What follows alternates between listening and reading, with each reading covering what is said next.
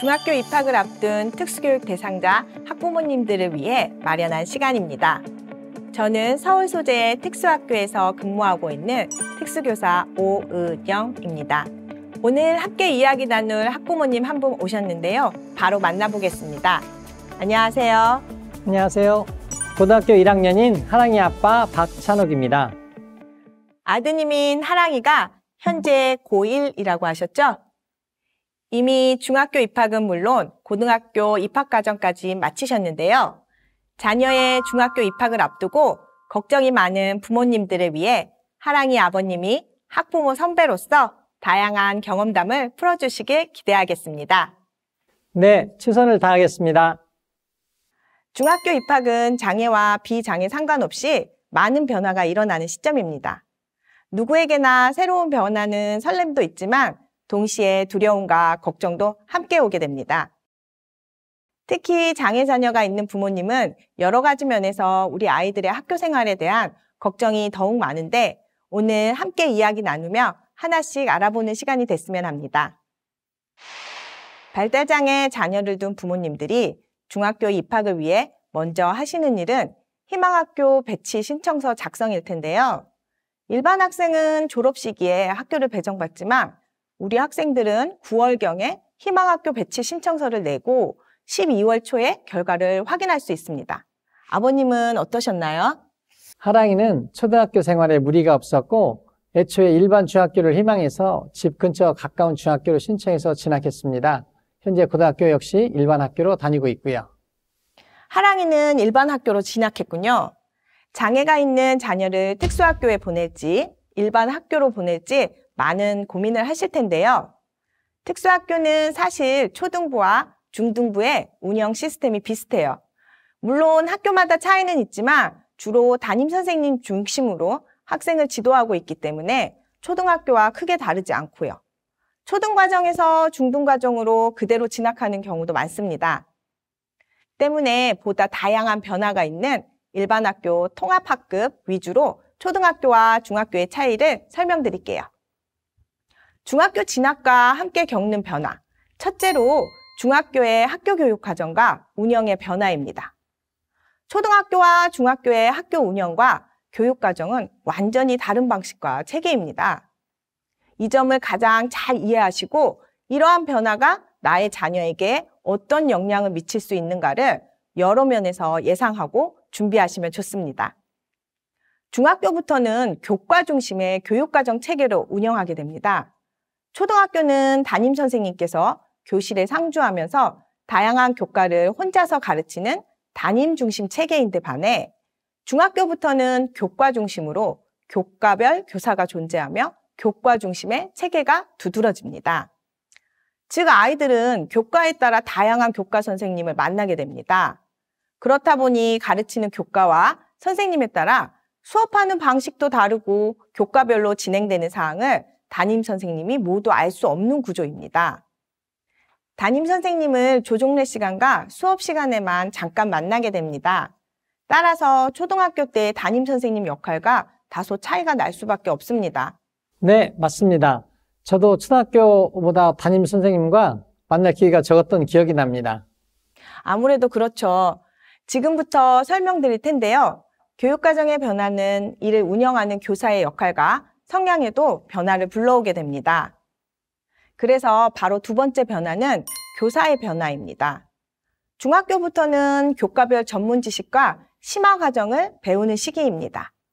초등학교는 학생들의 기초학습 능력과 생활지도, 특히 안전과 보호에 대한 관리 감독이 교사의 중요한 역할 중 하나이지만 중학교부터는 교사는 앞서 설명해드린 대로 교과 중심의 교육이 이루어집니다. 즉, 교사는 학생들에게 전문적 지식을 전달하는 지식 전문가의 역할이 더욱 강조됩니다. 초등학교처럼 인성교육 및 생활교육 지도가 이루어지긴 하지만 그 비중이 크게 달라집니다. 저희 집의 경우에는 아이에게 공부를 못 따라가는 건 괜찮으니 수업 시간에 잘 앉아있기를 당부했거든요. 그리고 중학교에 가면서 수업 시간도 길어지잖아요. 네, 초등학교는 교시당 40분이고 중학교는 45분씩입니다. 착석이 잘 될 수 있도록 지도하셨다면 성공적인 시작이 되었을 것 같습니다. 중학교는 학생들의 성장 발달에 맞춰 자율과 책임에 대한 영역이 강조되는 시기입니다. 학생들은 자신의 판단에 따라 결정하고 행동하게 되면서 이에 대한 책임을 배우는 시기가 됩니다. 따라서 중학교부터 선생님들은 학생들의 성장 발달에 맞춰 지나친 간섭이나 관여를 하지 않습니다. 물론 담임선생님께서 전체적인 학급 운영을 이끌어 나가면서 생활지도도 함께 하지만 초등학생을 다루는 것과 차이가 나기 시작합니다. 아이들도 성장을 하니까 다를 수밖에 없겠다고 이해가 됩니다. 저희 아이 같은 경우도 중학교 2학년 정도에 사춘기가 온 게 느껴지더라고요. 그러셨군요. 중학교 진학과 함께 겪는 변화 세 번째가 바로 학생의 신체 발달입니다. 중학교 입학과 함께 아이들은 매우 빠르게 변화합니다. 또래 아이들은 사춘기가 시작되죠. 초등학교의 어린이 같은 모습은 중학교 1학년 1학기가 지날 때쯤이면 거의 사라지며 신체적으로나 정신적으로나 급성장의 시기가 나타납니다.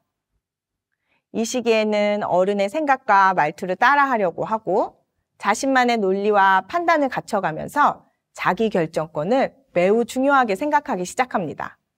더 이상 엄마와 교사의 말을 잘 들어야 한다고 생각하지 않게 됩니다. 즉, 얼마 전까지 어리광을 부리던 아이가 아닙니다. 네, 그래서 저도 하랑이가 다른 친구들에 비해 느리고 미숙한 부분 때문에 소외되지는 않을까 걱정하기도 했습니다. 많은 부모님들이 걱정하실 텐데요. 그래서 처음 중1은 다소 혼란스러울 수 있어요. 하지만 우리 아이들도 언제까지 어린아이로 남을 수는 없습니다. 또래의 변화와 함께 우리 아이들도 조금씩 생활 연령에 맞게 생각하고 행동할 수 있도록 지도하셔야 합니다. 물론 친구들과 어울리며 잘 지내는 것도 중요하지만 지나치게 친구 관계나 함께 어울리기에 집중하기보다는 우리 아이들이 스스로 학교 생활을 해나갈 수 있도록 지도하는 면이 더욱 중요하다고 생각합니다. 실제로 비장애 학생들도 친구 관계에서 가장 어려움을 겪는 시기가 중학교 시기입니다. 중학교부터 또래 문화가 급격히 강화되면서 자신과 잘 맞는 친구들과 주로 어울리기를 원하고 소규모 또래 문화가 형성되는데요. 초등학교까지는 담임 선생님의 지도하에 모두가 함께 잘 어울려 노는 것이 중요한 문화였다면 중학교부터는 사실 이런 지도와 관리가 어려워집니다. 아이들은 3, 3, 5 또래 문화를 형성하며 학교 생활을 하게 됩니다. 교사나 부모의 지도로 성향이 다른 아이들이 친하게 지낼 수 있는 시기는 지나간 셈입니다. 하랑이의 경우에도 초등학교 때는 학부모 모임을 통해 교육관계를 넓히기도 하고 파악하기도 쉬웠는데요. 중학교 가서는 그렇지 않더라고요. 아예 용돈카드를 이용하려고 접근하는 친구들도 있었고요. 맞습니다. 친구라고 하면서 지적장애 친구들을 이용하거나 적절치 않은 행동을 하는 경우도 발생하죠. 아이들의 성향에 따라 반 분위기에 따라 다를 수 있지만 일반적인 말씀을 드리도록 할게요. 친구가 되기 위해서는 서로의 관심사가 비슷하고 어느 정도 공감대가 형성되어야 하는데 비장애 학생들과 발달장애 학생들 사이에 공감대가 이 시기부터 급격히 벌어집니다. 비장애 학생들도 사춘기로 인한 정체성 혼란의 시기를 겪게 되고 초등학교와 달리 중학교부터 시험과 성적의 압박으로 학업 문제가 증가하면서 다양한 심리적 어려움을 갖게 되는 경우도 많습니다. 즉, 중학교 입학과 함께 신체적, 정서적으로 모두 급성장하면서 발달장애 학생들과 비장애 학생들 사이에 급격한 발달 차이가 일어납니다. 그래서 초등학교처럼 함께 어울려 놀 수 있는 친구라는 개념을 갖기가 현실적으로 어려워지기 시작하는 것도 부정할 수 없는 사실입니다. 중학교 입학 준비에서 가장 중요한 것은 나의 아이 역량 키우기입니다. 역량이라는 단어에 너무 부담을 가지실 필요는 없고요. 발달장애 학생들도 발달의 단계에 맞춰 적응하고 성장할 수 있어야 한다는 의미입니다.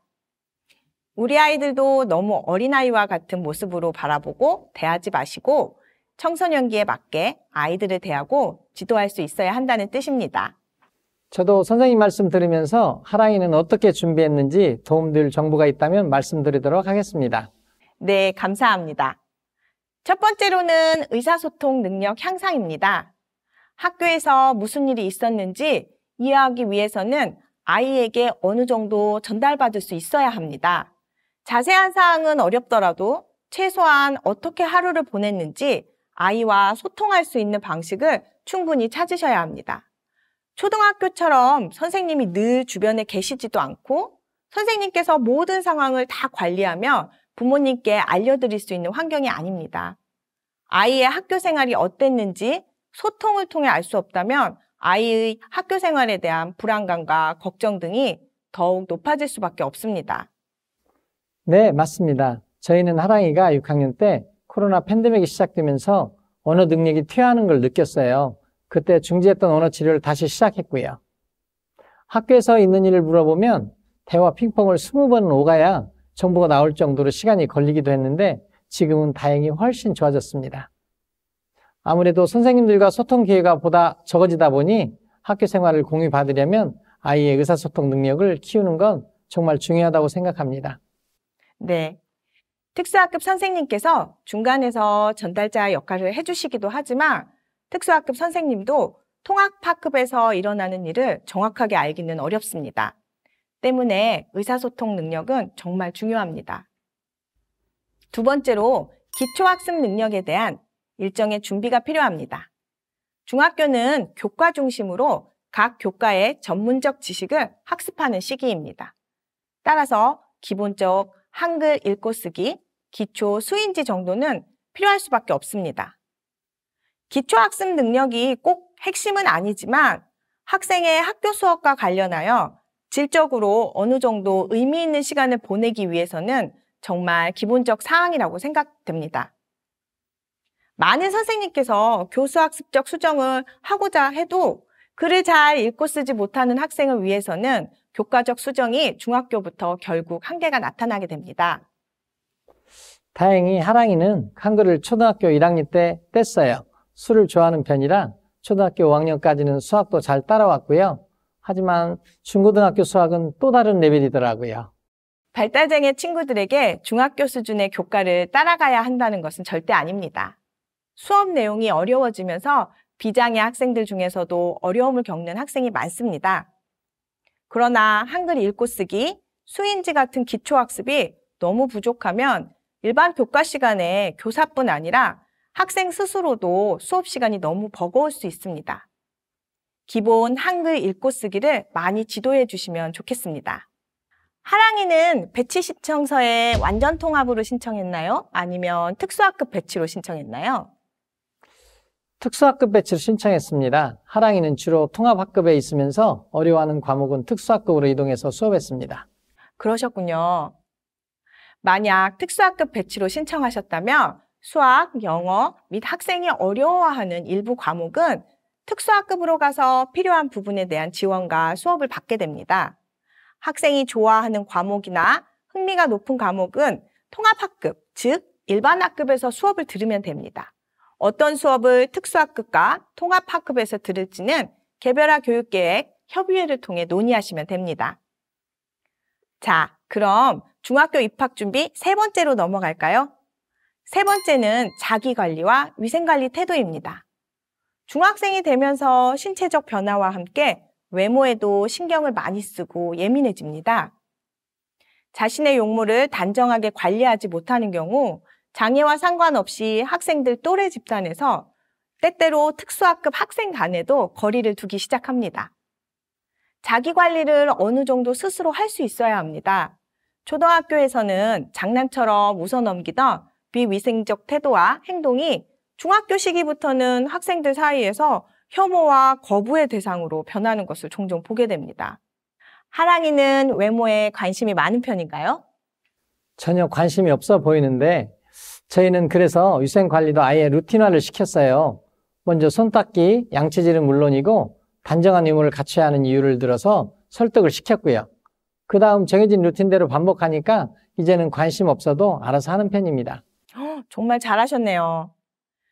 그리고 아마 초등학교 6학년 정도부터 조금씩 느끼실 텐데 아이들은 중1을 기점으로 2차 성징이 크게 발달합니다. 이때 여학생들은 생리 뒤처리에 대비하도록 잘 지도하셔야 돼요. 생리대 착용법도 제대로 알고 있어야 하고요. 또 남학생의 경우 신체적 변화에 대한 성교육을 정말 잘 지도해야 합니다.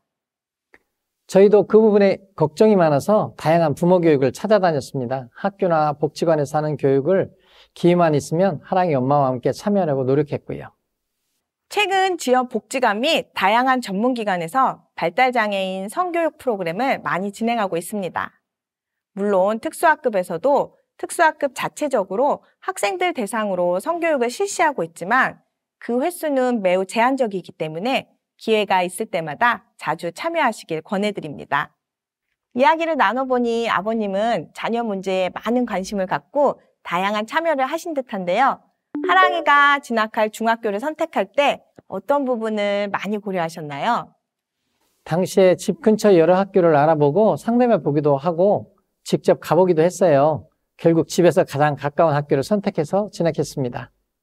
아무래도 중학교부터는 혼자 통학하기 쉬워야 할 것 같아서요. 저희 집에서 중학교는 도보 10분 거리였는데 하랑이가 무리 없이 잘 다녔습니다. 네. 초등학생과 달리 중학생은 대부분 자가통학을 하죠. 특수학급을 배정할 때 통학거리도 참고하고 있습니다. 대중교통을 이용할지 도보로 등교할지 판단하시고 며칠 동안 지켜보면서 스스로 다닐 수 있도록 지도하셔야 돼요. 현장학습이나 고등학교 진로지도에서 가장 먼저 확인하는 것이 자가통학 가능 여부입니다. 네, 하랑이도 개별화 회의 시간에 현장학습이나 소풍에 참여 시 자가통학 가능 여부에 대하여 체크했던 기억이 있습니다. 초등학교 때와 달리 휠체어를 타거나 건강상 문제가 아닌 경우 대부분은 자가통학을 합니다. 이 시기의 아이들은 점점 더 독립성이 발달하고 사춘기 특성이 덧붙여져서 성인과 함께 있는 시간을 다소 불편해합니다.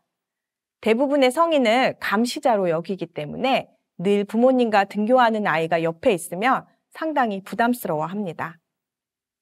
이 외에 이동과 관련해서 교내에서도 중학교부터 학생들은 교과 수업에 따른 교실 이동 및 점심 식사 시간 이동 역시 초등학교와 달리 교사의 인솔 없이 학생 스스로 이동하게 됩니다. 학생들 스스로 교내를 자유롭게 이동할 수 있게 되는데 매번 주변 친구들이 챙겨주는 것이 어려워집니다. 초기 학교 적응 기간 동안에는 장애 학생의 이동에 대한 지도와 도움이 제공되긴 하지만 현실적으로 계속 이어나갈 수는 없습니다. 중학교 입학 준비, 마지막으로 말씀드리고 싶은 건 감정 조절입니다. 정서적으로 불안정하고 감정 조절이 미숙해서 울음이나 소리 지르기 같은 돌발 행동이 있는 발달장애 학생들은 더욱더 준비를 많이 해야 합니다. 발달장애 학생들은 상대적으로 감정 처리에 더 어려움을 갖게 되는데 이럴 경우 다양한 방법으로 아이들의 마음을 헤아려 주되 늦어도 초등 고학년부터는 적절하게 표현하고 해결하는 법을 분명히 가르칠 필요가 있습니다.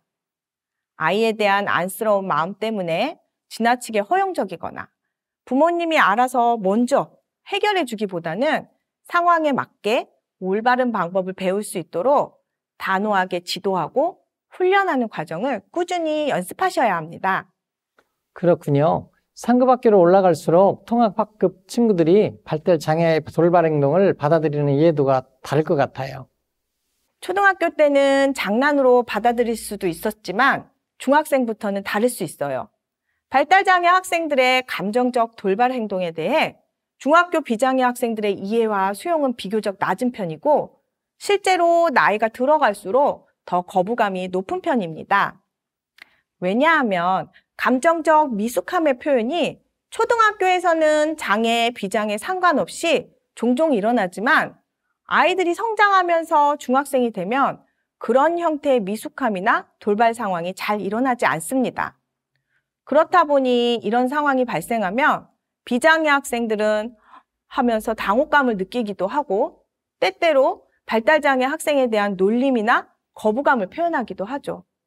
때문에 감정 조절을 꾸준히 지도하시면서 이 문제를 해결해 나가시길 바랍니다. 꾸준한 지도는 분명한 결과가 있습니다. 오늘 제가 단호하게 말씀드린 부분도 있지만 그렇다고 지레 겁먹거나 걱정하실 필요는 없습니다. 중학교에도 특수학급이 있고 담당 특수교사 선생님의 지원과 협력이 우리 아이들의 학교 생활 적응을 함께 잘 도와주실 겁니다. 여기에 자녀의 중학교 입학을 앞둔 학부모님들이 보내주신 질문이 있는데요. 질의응답 시간 함께 가져보겠습니다.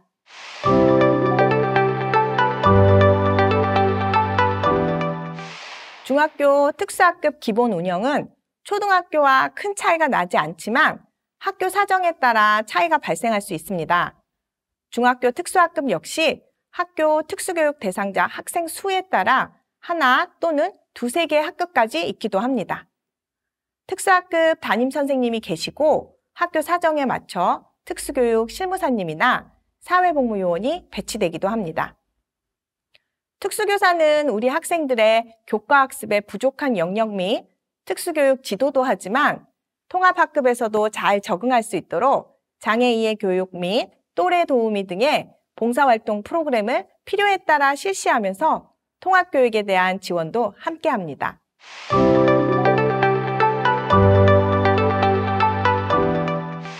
완전통합학급 학생의 경우 기본적으로 각 반 일반학급 담임선생님이 우선합니다만 통합학급에서 어려움이 발생했을 때에는 특수교사와 일반교사가 협력하여 지도할 수 있습니다. 다만 완전통합학급 특수교육 대상자의 경우 특수학급에서 수업받진 않지만 관련 서비스는 지원하고 있습니다. 행정적으로는 통학비, 치료지원비, 보조공학 진로상담을 지원합니다.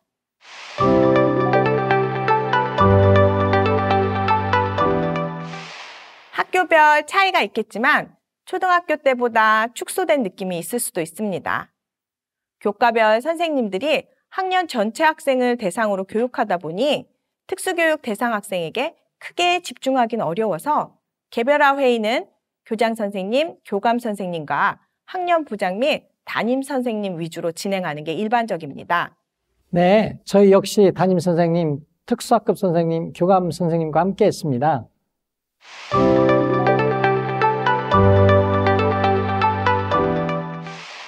서울이나 경기 일부 지역은 특수학교 입학 경쟁률이 높은 편이에요. 초등부에 있던 학생들이 중고등 과정으로 그대로 올라오는 경우가 보편적입니다. 이미 특수학교의 법적 정원이 꽉 찬 상태로 초등부에서부터 운영되는 중이어서 빈자리가 쉽게 생기지 않는 것이 사실입니다. 그렇다고 해서 일반 초등학교에서 특수학교 중등부 진학이 불가능한 건 아닙니다. 학교별로 상이하다고 볼 수 있겠네요. 최근 교육부가 이러한 문제를 해결하기 위해 노력 중인 것으로 알고 있습니다.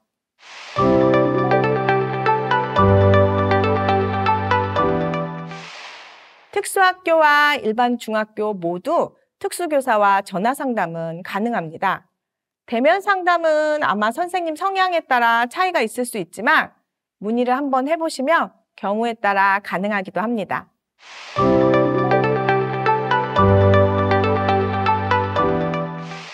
요청에 따라 무조건 신설하기는 어렵습니다.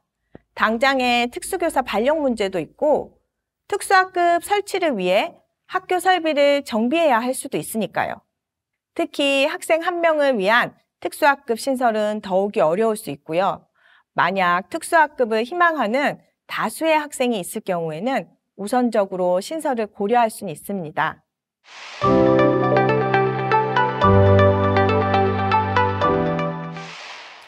특수교육 실무사와 같은 지원 인력은 특수학교의 경우 보통 학급당 한 명씩 기본적으로 배치합니다. 중학교 특수학급은 실무사가 없을 수도 있고 대신 사회복무요원이 있습니다. 하지만 이 또한 학교마다 다르기 때문에 정확한 건 입학 예정 학교에 확인해 보시길 바랍니다.